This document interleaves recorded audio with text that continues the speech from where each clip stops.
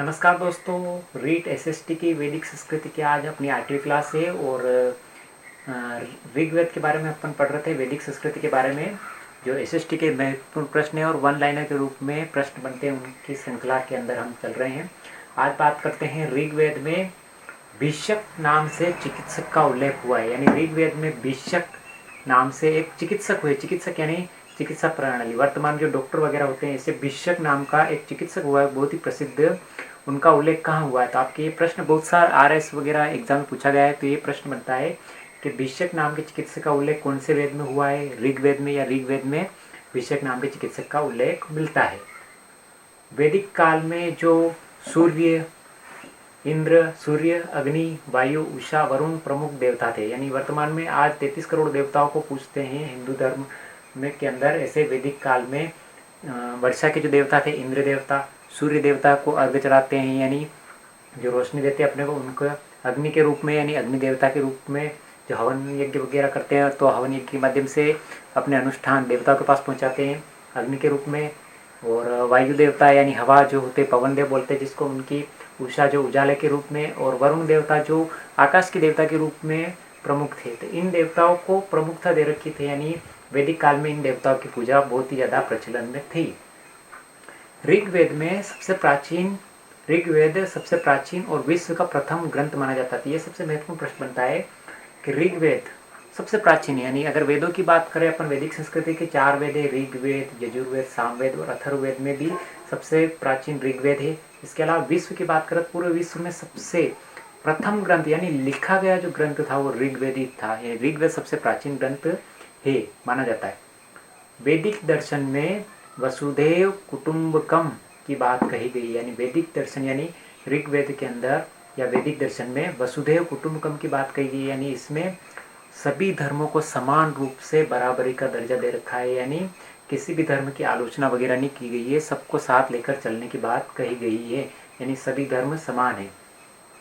वैदिक साहित्य में सरस्वती नदी, जो सरस्वती नदी है जिसको दृश्यवती नदी के नाम से भी जाना जाता है, इसको क्या कहा गया है? नदी तमे, देवी तमे और अम्बी तमे कहा गया। नदी तमे यानी नदियों में सबसे उच्च स्थान सरस्वती का, देवी तमे यानी देवी के रूप में यानी माँ के रूप में, जैसे अपन नदियों को, धरती को माँ कहते हैं, देवी को माँ के रूप में पूछते हैं, इसे देवी तमे। अम्बे तमे यानी अम्बे का मतलब होता है जो माँ ही का होता है, तो अम्बे तमे के रूप में पूजा जाता था, यानी कहा गया है वैदिक काल में। ऋग्वेद के नदी सूक्त में, यानी जहाँ पे नदी सूक्त का यानी जिसमें नदियों का वर्णन है, 21 नदियों का उल्लेख है। यानी जो नदी सूक्त वाला भाग है उसमें नदियों के बारे में 21 नदियों का वर्णन है। तो आपके प्रश्न बनता है कि ऋग्वेद में कितनी नदियों का वर्णन है या उल्लेख है? तो 21 नदियों का। उनमें सबसे महत्वपूर्ण जो नदियाँ होती थी, पूर्व में जो गंगा नदी बहती है उसका वर्णन है, और पश्चिम में कुबा नदी जिसको वर्तमान में काबुल नदी के नाम से जाना जाता है, इनका वर्णन है। लिपि का विकास ब्राह्मी लिपि के रूप में हुआ। यानी लिपि किसको बोलते हैं? लिखने का तरीका। यानी पहले क्या होता था, केवल सुना जाता था एक दूसरे के माध्यम से, लेकिन जब लिपि का विकास हुआ तो ब्राह्मी लिपि के रूप में हुआ। यानी पूर्व अपन लिखते हैं बाएं से दाएं तरफ, और खरोष्ट लिपि होती है वो दाएं से बाएं तरफ लिखते हैं। तो लिपि का विकास सबसे पहले ब्राह्मी लिपि के रूप में हुआ, जिसकी प्रशंसा एक अंग्रेज इतिहासकार हुए हैं मैकडोनाल्ड नाम के। इन्होंने अपनी पुस्तक यानी हिस्ट्री ऑफ संस्कृत लिटरेचर नाम से, यानी जिसको हिंदी में अगर बोले तो हम संस्कृत साहित्य का इतिहास, इसमें लिपि के विकास के बारे में कहा गया है, यानी बात कही गई। तो आपका प्रश्न बनता है कि लिपि के विकास ब्राह्मी लिपि के रूप में हुआ, इसकी प्रशंसा किस इतिहासकार ने की है? तो मैकडोनाल्ड। और किस पुस्तक में की है? तो हिस्ट्री ऑफ संस्कृत लिटरेचर, या फिर आपके हिंदी संस्कृत साहित्य का इतिहास नाम से भी इसका हो सकता है हिंदी अगर करें तो। वेदों को अपौरुषेय कहा गया है। यानी वेद जो हैं हिंदू धर्म के सबसे पवित्र ग्रंथ माने जाते हैं, तो इनको अपौरुषेय यानी ऐसा माना जाता है कि इनकी रचना किसी पुरुषों ने नहीं की थी, इनकी रचना साक्षात देवताओं ने की थी, इसलिए इसको अपौरुषेय कहा जाता है। वेदों को संहिता कहा गया है। यानी वेद जो है वो सबका हित चाहने वाले हैं, तो इसलिए इसको संहिता कहा गया है। वेदों को श्रुति भी कहा गया है, क्योंकि प्राचीन काल में जब जिस समय लिपि का विकास नहीं हुआ था, वेदों को ऋषि मुनि के माध्यम से उनके शिष्य सुनते थे, फिर उनके शिष्य सुनते थे। इस प्रकार से वेदों को सुना जाता था, केवल लिखा नहीं जाता था, केवल सुना जाता था, इसलिए इसको श्रुति कहा गया। श्रुति का मतलब होता है सुनना। ऋग्वेद में 10 मंडल है। मंडल मतलब जैसे वर्तमान में अपने अध्याय चलते हैं चैप्टर, ऐसे 10 मंडल है। और 10 मंडल के उपभाग की बात करें अपन तो ऐसे कितने 1028 सूक्त है, यानी उसके फिर पार्ट के फिर उपभाग है। इस प्रकार से ऋग्वेद में 10 मंडल और 1028 सूक्त है। तो ये प्रश्न पूछा गया है एग्जाम के अंदर कि ऋग्वेद में कितने मंडल या कितने सूक्त हैं।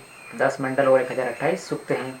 उसके बाद सामवेद में 1801 में से केवल 75 मंत्र नहीं है, यानी टोटल अगर बात करें कि सामवेद में कितने मंत्र है तो 1801 मंत्र है, और इसमें से 75 मंत्र नहीं है, यानी शेष मंत्र कहाँ से लिए गए हैं? शेष मंत्र जो सबसे प्राचीन और सबसे प्रथम ग्रंथ है ऋग्वेद, वहाँ से लिए गए हैं। और सामवेद को के अंदर संगीत के बारे में भी वर्णन किया हुआ है। यजुर्वेद में यज्ञ, कर्मकांड व अनुष्ठान पद्धतियों का संग्रह है। यानी अगर अपन यजुर्वेद की बात करें तो यजुर्वेद में यज्ञ कैसे करते हैं, यज्ञ के लिए क्या क्या सामग्री चाहिए, तो यज्ञ से संबंधित सारी बातें यजुर्वेद के अंदर मिलेगी आपको। कर्मकांड यानी इंसान जैसे अपने घर का मुहूर्त वगैरह, शादी ब्याह से संबंधित जो कर्मकांड वगैरह करते हैं, अनुष्ठान विभिन्न प्रकार की कथा वगैरह, या घर पे पवित्र कार्य करते हैं, अनुष्ठान वगैरह करते हैं, तो उनका संग्रह किसके अंदर है? यजुर्वेद के अंदर। यजुर्वेद में कुल अध्याय की बात करें तो कितने अध्याय हैं? 40 अध्याय हैं। और 40 अध्याय के अलावा शुक्ल व कृष्ण यजुर्वेद, इसके 2 भाग है। यानी यजुर्वेद अगर 4 वेद है, 4 वेद में अगर बात करें अपन तो यजुर्वेद के 2 भाग है, शुक्ल व कृष्ण यजुर्वेद। शुक्ल का मतलब होता है जिसमें उजाले, और कृष्ण का मतलब होता है काला। यानी शुक्ल व कृष्ण यजुर्वेद के 2 भाग है। तो आपके प्रश्न बनता है कि यजुर्वेद के कितने भाग है? 2 भाग है। और कौन कौन से भाग है? एक तो होता है शुक्ल और एक होता है कृष्ण। तो ये हुई अपनी आज की छोटी सी क्लास, यानी वैदिक संस्कृति से संबंधित, जिसमें कुछ प्रश्न कक्षा 9 की SST सामाजिक से लिए हुए हैं और बाकी के जो प्रश्न है वो कक्षा 12 की इतिहास से लिए गए हैं। तो एक क्लास और बनेगी वैदिक संस्कृति से संबंधित। तो कैसे लगी आपको क्लास? लाइक करें, शेयर करें और सब्सक्राइब करें। मिलते हैं अगली क्लास में। Thank you.